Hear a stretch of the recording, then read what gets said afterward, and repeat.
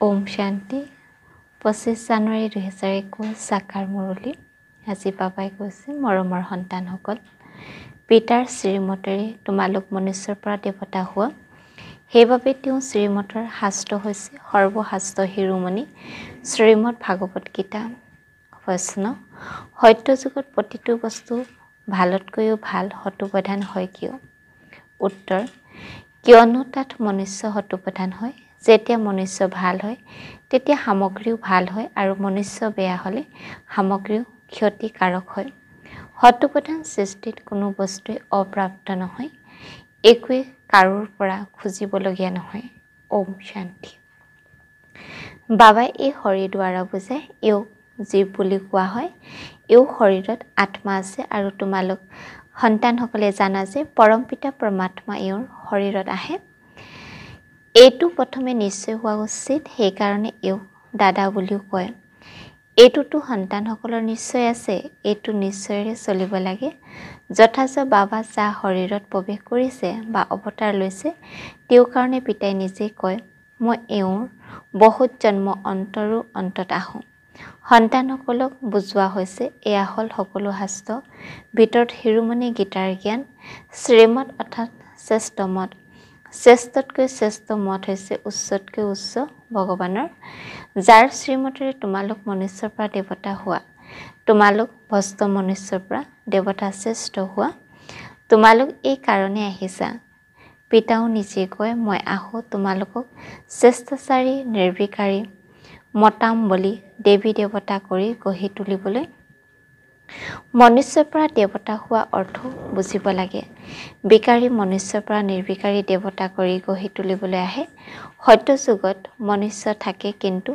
দৈবিক গুণ সম্পন্ন এতিয়া কলি যুগত হল আখৰিক গুণ সম্পন্ন হওঁতে কোটিখন মনুষ্য সৃষ্টি কিন্তু তেওঁলোক হল ঈশ্বৰীয় বুদ্ধি এয়া হল আখৰিক বুদ্ধি তাত জ্ঞান ইয়াত ভক্তি জ্ঞান আৰু ভক্তি বেলেগ বেলেগ নহয় জানো ভক্তিৰ কিতাপ কিমান আৰু জ্ঞানৰ কিতাপ কিমান জ্ঞানৰ সাগৰ হৈছে পিতা তেওঁ কিতাপটো এখনেই হোৱা উচিত যিয়ে ধৰ্ম প্ৰতিষ্ঠা কৰে তেওঁৰ কিতাপ অৰ্থাৎ শাস্ত্ৰ এখন হোৱা উচিত সেইখনক ধৰ্ম শাস্ত্ৰ বুলি কোৱা হয় প্ৰথম ধৰ্ম শাস্ত্ৰ হ'ল গীতা শ্ৰীমদ ভাগৱত গীতা এয়াও সন্তানসকলে জানে প্ৰথমে আদি সনাতন দেৱী দেৱতাৰ ধৰ্ম হিন্দু ধৰ্ম নহয় মনুষ্যভাৱে গীতাৰ দ্বাৰা হিন্দু ধৰ্ম প্ৰতিষ্ঠা হ'ল আৰু গীতা কৃষ্ণই শুনাইছে কাৰোবাক সুধিলে তেতিয়া ক'ব পৰম্পৰাগতভাৱে এয়া কৃষ্ণই শুনাই আহিছে কোনো শাস্ত্ৰতে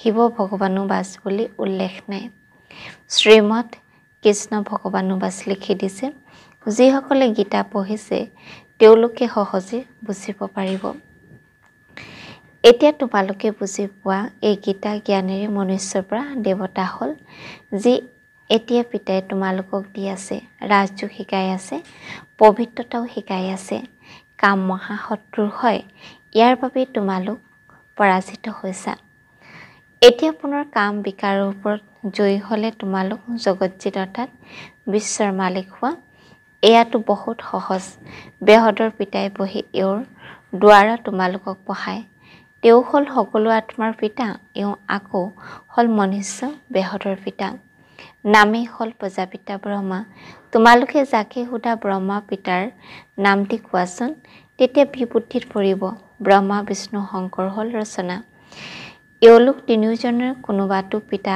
থাকিব নহয় জানো তোমালোকে দেখুওৱা এওঁলোক তিনিওজনৰ পিতা হ'ল নিৰাকাৰ শিৱ ব্ৰহ্মা বিষ্ণু শংকৰ সূক্ষ্ম বতনৰ দেৱতাৰ ৰূপত দেখুৱায় তেওঁলোকৰ ওপৰত হৈছে শিৱ সন্তানসকলে জানে শিৱ বাবাৰ সন্তান যিসকল আত্মা আছে তেওঁলোকৰ নিজৰ শৰীৰটো থাকিব তেওঁতো সদায় নিৰাকাৰ পৰমপিতা পৰমাত্মাই হয় সন্তানসকলে গম পাইছে নিৰাকাৰ পৰমপিতা পৰমাত্মাৰ আমি সন্তান হওঁ আত্মাই শৰীৰ দ্বাৰা কয় পৰমপিতা পৰমাত্মা কিমান সহজ কথা ইয়াক কোৱা হয় পিতা আৰু বে অৰ্থাৎ বাদশাহী কোনে পঢ়ায় গীতাৰ জ্ঞান কোনে শুনালে নিৰাকাৰ পিতাই তেওঁৰ কোনো মুকুট আদি নাই তেওঁ জ্ঞানৰ সাগৰ বীজ ৰূপ চৈতন্য হয় তোমালোকো চৈতন্য আত্মা হোৱা নহয় জানো গোটেই কল্পৰ বৃক্ষ আদি মধ্য অন্তক তোমালোকে জানা।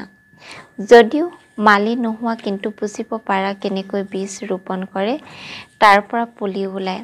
সেয়াটো হ'ল জড় চিত্ত, এয়া হ'ল চৈতন্য। তোমালোক আত্মাত জ্ঞান আছে, অন্য কোনো আত্মাত জ্ঞান নাথাকে।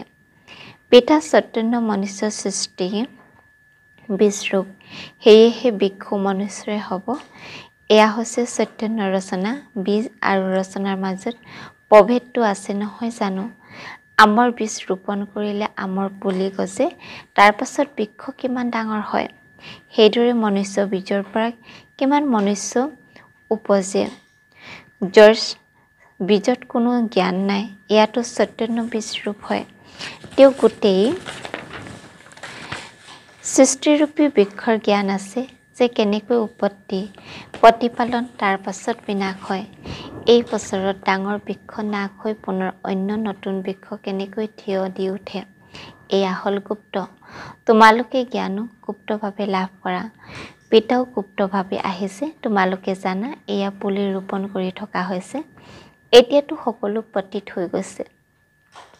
ভাল বীজৰ পৰা প্ৰথম নম্বৰত যিটো পাত ওলাল, তেওঁ কোন আছিল? সত্য যুগৰ প্ৰথম পাত পুলিটো কৃষ্ণকে কোৱা হয়, লক্ষ্মী নাৰায়ণক নহয়। নতুন পাত সৰু হয়, পাছত ডাঙৰ হয়। গতিকে এই বীজৰ কিমান মহিমা আছে। এয়াতো চৈতন্য নহয় জানো। আকৌ পাতো ওলায়, তেওঁলোকৰতো মহিমাটো হয়। এতিয়া তোমালোক দেৱী দেৱতা হৈ আছা, দৈৱী গুণ ধাৰণ কৰি আছা। মূল কথাই হৈছে এইটো যে আমি দৈৱী গুণ ধাৰণ কৰিব লাগে। এওঁলোকৰ অৰ্থাৎ লক্ষ্মীনাৰায়ণৰ দৰে হ'ব লাগে। চিত্তও আছে, এই চিত্তবোৰ নথকাহেঁতেন বুদ্ধিত জ্ঞান উদয় নহ'লহেঁতেন। এই চিত্তবোৰ বহুত কামত আহে। ভক্তি মাৰ্গত এই চিত্তবোৰৰ পূজা হয় আৰু জ্ঞান মাৰ্গত এই চিত্তবোৰৰ দ্বাৰা তোমালোকে জ্ঞান পোৱা যায়, এনেকুৱা হ'ব লাগে। ভক্তি মাৰ্গত এনেকৈ নুবুজে যে আমি এনেকুৱা হ'ব লাগে। ভক্তি মাৰ্গত কিমান মন্দিৰ নিৰ্মাণ কৰে, সকলোতকৈ বেছি মন্দিৰ কাৰ হ'ব? নিশ্চয় শিৱ বাবাৰ হ'ব, যিজন বীজৰূপ হয়।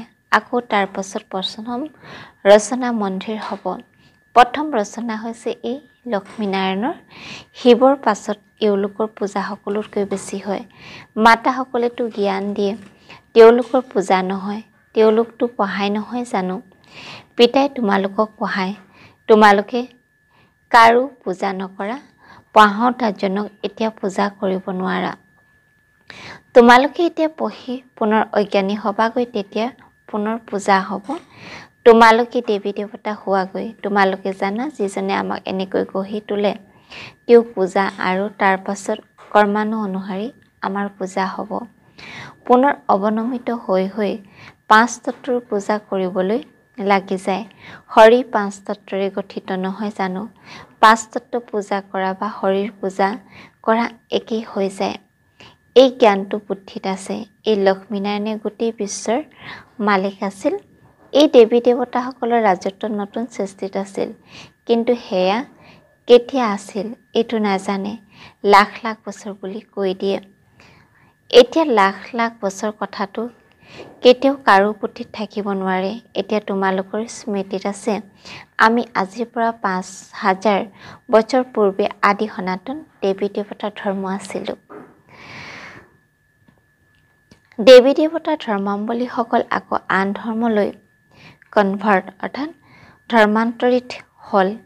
হিন্দু ধৰ্ম বুলি ক'ব নোৱাৰি, কিন্তু পতিত হোৱাৰ বাবে নিজক দেৱী দেৱতা বুলি ক'লেও শোভা নাপায়। অপবিত্ৰক দেৱী দেৱতা বুলি ক'ব নোৱাৰি। মনুষ্যই পবিত্ৰ দেৱতাসকলক পূজা কৰে, তেন্তে নিশ্চয় নিজে অপবিত্ৰ হয়। সেইবাবে পবিত্ৰৰ আগত নতশিৰ হ'বলগীয়া হয়। ভাৰতত বিশেষকৈ কন্যাসকলৰ আগত নতশিৰ হয়। কুমাৰসকলৰ আগত নতশিৰ নহয়, মহিলা আগত নতশিৰ হয়। পুৰুষৰ আগত নতশিৰ কিয় নহ'ল? কিয়নো এই সময়ত জ্ঞান প্ৰথমে মাতাসকলে লাভ কৰে, পিতা এওঁৰ শৰীৰত প্ৰৱেশ কৰে। এইটো বুজি পোৱা যথাযথ। এওঁ জ্ঞান বৰ নদী, জ্ঞান নদীও হয় আকৌ পুৰুষো হয়। এয়া হ'ল সকলোতকৈ ডাঙৰ নদী। ব্ৰহ্মপুত্ৰ নদী হ'ল সকলোতকৈ ডাঙৰ, যিখন কলকাতাৰ ফালে গৈ সাগৰত মিলিছে। মেলাও তাত অনুষ্ঠিত হয়, কিন্তু তেওঁলোকে এইটো নাজানে যে এয়া আত্মা সকল আৰু পৰমাত্মাৰ মেলা। সেয়াটো পানীৰ নদী, যাৰ নাম ব্ৰহ্মপুত্ৰ ৰাখিছে। তেওঁলোকতো ব্ৰহ্মক ঈশ্বৰ বুলি কয়, সেইবাবে ব্ৰহ্মপুত্ৰক বহুত পাৱন বুলি মান্যতা দিয়ে। ডাঙৰ নদী হয়, সেয়েহে পবিত্ৰ হ'ব। পতিত পাৱন বুলি বাস্তৱত গংগাক নহয় ব্ৰহ্মপুত্ৰকে কোৱা হ'ল। মেলাও ইয়াৰে লাগে। এও সাগৰ আৰু ব্ৰহ্মা নদীৰ মেলা। ব্ৰহ্মা দ্বাৰা কেনেকৈ তুলি ল'লে? এই গূঢ় কথাবোৰ বুজিবলগীয়া, যি প্ৰায় লুপ্ত হৈ যায়। এয়াতো একেবাৰে সহজ কথা নহয় জানো? ভগৱানো বাছ মই তোমালোকক ৰাজযোগ শিকাওঁ, তাৰ পাছত এই জগতখনেই নাশ হৈ যাব। শাস্ত্ৰ আদি একোৱেই নাথাকিব। আকৌ ভক্তি মাৰ্গত এই শাস্ত্ৰ ৰচনা হ'ব। জ্ঞান মাৰ্গত শাস্ত্ৰ নাথাকে। মনুষ্যই ভাবে এই শাস্ত্ৰ পৰম্পৰাগতভাৱে চলি আহি থাকে। জ্ঞানটো একোৱেই নাই। কল্প আয়ুস লাখ লাখ বছৰ বুলি কৈ দিছে, সেইকাৰণে পৰম্পৰা বুলি কৈ দিয়ে। ইয়াক কোৱা হয় অজ্ঞান অন্ধকাৰ। এতিয়া তোমালোক সন্তানসকলে এই বেহদৰ শিক্ষা লাভ কৰা, যাৰ দ্বাৰা তোমালোকে আদি মধ্য অন্তৰ ৰহস্য বুজাব পাৰা। তোমালোকেই দেৱী দেৱতাসকলৰ ভূগোল বুৰঞ্জী সম্পূৰ্ণকৈ জানা। এওঁলোক পবিত্ৰ প্ৰবৃত্তি মাৰ্গৰ পুষ্য আছিল, এতিয়া পূজাৰী পতিত হৈছে। সত্যযুগ হৈছে পবিত্ৰ প্ৰবৃত্তি মাৰ্গ। ইয়াত কলিযুগত অপবিত্ৰ প্ৰবৃত্তিৰ মাৰ্গ, আকৌ পাছত নিবৃত্তি মাৰ্গ হয়। সেয়াও নাটকত আছে। তাক সন্ন্যাস ধৰ্ম বুলি কোৱা হয়। ঘৰ সংসাৰৰ সন্ন্যাস কৰি জংঘললৈ গুচি যায়। সেয়া হ'ল সদৰ অৰ্থাৎ সীমিত সন্ন্যাস। থাকোঁতেতো এই পুৰণি জগতখনতে থাকে নহয় জানো? এতিয়া তোমালোকে বুজি পোৱা আমি সংগম যুগত আছোঁ, আকৌ নতুন সৃষ্টিলৈ যাম। তোমালোকে তিথি তাৰিখ ছেকেণ্ড সহিত সকলো জানা। সেই লোকসকলৰতো কল্প আয়ুসেই লাখ লাখ বছৰ বুলি কৈ দিয়ে। ইয়াৰ সম্পূৰ্ণ হিচাপ উলিয়াব পাৰি। লাখ লাখ বছৰৰ কথাটো কোনেও স্মৰণ কৰিব নোৱাৰে। এতিয়া তোমালোকে বুজি পোৱা পিতা কি হয়, কেনেকৈ আহে, কি কৰ্তব্য কৰে। তোমালোকে সকলোৰে বৃত্তি জন্ম পত্ৰিকাক জানা। বাকী বৃক্ষৰ পাতটো অনেক থাকে, সেয়া জানো গণনা কৰিব পাৰি? এই বেহদৰ সৃষ্টিৰূপী বৃক্ষত কিমান পাত আছে? ৫,০০০ বছৰতে ইমান কোটি, তেনেহ'লে লাখ লাখ বছৰত কিমান অগণন মনুষ্য হৈ যাব। ভক্তি মাৰ্গত দেখুৱাই লিখা আছে, সত্যযুগৰ ইমান বছৰ, ত্ৰেতাত ইমান বছৰ, দ্বাপৰত ইমান বছৰ। সেয়েহে পিতাই বহি তোমালোক সন্তানসকলক এই সকলো ৰহস্য বুজায়। আমৰ বীজ দেখিলে আমৰ গছৰ সন্মুখত আহি যাব নহয় জানো? এতিয়া মনুষ্য সৃষ্টিৰ বীজৰূপ তোমালোকৰ সন্মুখত আছে। তোমালোকক বহি বৃক্ষৰ ৰহস্য বুজাই, কিয়নো চৈতন্য হয়। তেওঁ কয় আমাৰ এয়া ওলোটা বৃক্ষ। তোমালোকে বুজাব পাৰা, যিয়ে এই সৃষ্টিত আছে, জড় বা চৈতন্য হুবহু পুনৰাবৃত্তি কৰিব। এতিয়া কিমান বৃদ্ধি হৈ গৈ থাকে, সত্যযুগত ইমান হ'ব নোৱাৰে। কোৱা হয় আমুক বস্তুটো অষ্ট্ৰেলিয়াৰ পৰা জাপানৰ পৰা আহে। সত্যযুগত অষ্ট্ৰেলিয়া জাপান আদি আছিল জানো? নাটক অনুসৰি তাৰ বস্তু ইয়ালৈ আহে। আগতে আমেৰিকাৰ পৰা ঘেঁহু আদি আহিছিল। সত্যযুগত জানো ক'ৰ পৰা আহিব? তাততো হয়েই এক ধৰ্ম, সকলো বস্তু ভৰপূৰ হৈ থাকে। ইয়াত ধৰ্ম বৃদ্ধি পাই গৈ থাকে, গতিকে তাৰ লগে লগে সকলো বস্তু কম হৈ গৈ থাকে। সত্যযুগত ক'ৰ পৰা খুজি নানে। এতিয়াতো চোৱা ক'ৰ পৰা খুজি আনি থাকে। মনুষ্য পাছলৈ বৃদ্ধি পাই গ'ল। সত্যযুগতো অপ্ৰাপ্ত কোনো বস্তু নাথাকে। তাৰ প্ৰতিটো বস্তু সতোপ্ৰধান, বহুত ভাল হয়। মনুষ্য সতোপ্ৰধান হয়। মনুষ্য ভাল হ'লে তেতিয়া সামগ্ৰীও ভাল হয়। মনুষ্য বেয়া হ'লে সামগ্ৰীও ক্ষতিকাৰক হয়। বিজ্ঞান মুখ্য বস্তু হ'ল পৰমাণু বোমা, যাৰ দ্বাৰা গোটেই বিশ্বৰ নাশ হয়। কেনেকৈ তৈয়াৰ কৰে? তৈয়াৰ কৰোঁতা আত্মাৰ আগত নাটক অনুসৰি জ্ঞান থাকিব। যেতিয়া সময় আহে তেতিয়া এই জ্ঞান উদয় হয়, যাৰ বোধ হ'ব তেওঁৱে কাম কৰিব আৰু আনক শিকাব। কল্পে যি ভূমিকা পালন কৰিছে সেয়াই পালন কৰিব। এতিয়া তোমালোক কিমান জ্ঞানপূৰ্ণ হোৱা, ইয়াতকৈ বেছি জ্ঞান নাথাকে। তোমালোকে এই জ্ঞানেৰে দেৱতা হৈ যোৱা, ইয়াতকৈ উচ্চ অন্য কোনো জ্ঞান নাই। সেয়া হ'ল মায়াৰ জ্ঞান, যাৰ দ্বাৰা বিনাশ হয়। সেই লোকসকল পাম বহুত জাকজমকতা কৰে, অতি গম্ভীৰত যায়। বুদ্ধি বহুত খটুৱাই কিবা আচৰিত কৰি দেখুৱাওঁ, বহুত আচৰিত কৰিলে পাছত আকৌ লোকচান হৈ যায়। কি তৈয়াৰী কৰি থাকে, বনাওঁতাজনে জানে ইয়াৰ দ্বাৰা এয়া বিনাশ হ'ব।